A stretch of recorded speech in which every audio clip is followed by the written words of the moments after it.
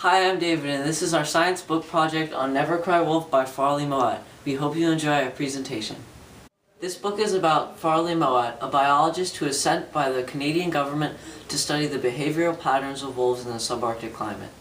Even as a young Canadian boy, Farley Mowat was always interested in animals. He later became a biologist working for the Canadian government and then wrote a book about his experiences later.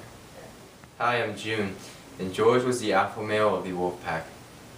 Yeah, he was very particularly big for a wolf, and he was the hunter for the family. George had a very protective personality over his family, and he always put his family first. Hi, I'm Jonathan, and Angeline was the mother wolf of the pack. She was a small albino wolf whose role was to look after the wolf pups. She and her mate George were very playful with each other.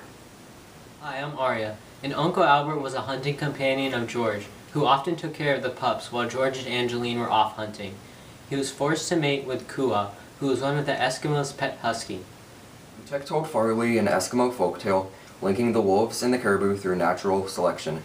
Natural selection would happen when the wolves would kill off the weak caribou in a herd, so the strong caribou would have more resources to live on. This quote explains the concept of natural selection because the wolves would kill off the weak caribou in a herd because they're the ones the wolves are able to catch. This quote is in the preface of the book. Farley is saying this after he realizes how much he feared the wolves even though he spent so much time with them. This quote perfectly explains the theme of the book.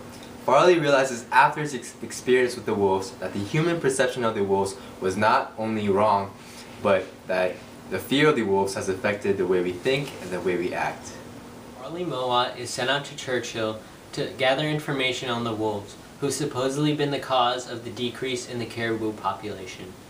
He notices how the wolves are extremely territorial, but don't seem to have a problem with him around to observe their daily lifestyle. The government becomes furious, thinking the wolves have been the cause of the recent caribou slaughter. Farley soon realizes it has not been the wolves, it was the local hunters. Farley then concludes that the wolves have always been misinterpreted. They are beautiful creatures who have been falsely accused as being vicious killing machines. Have you ever wondered what wolves are really like?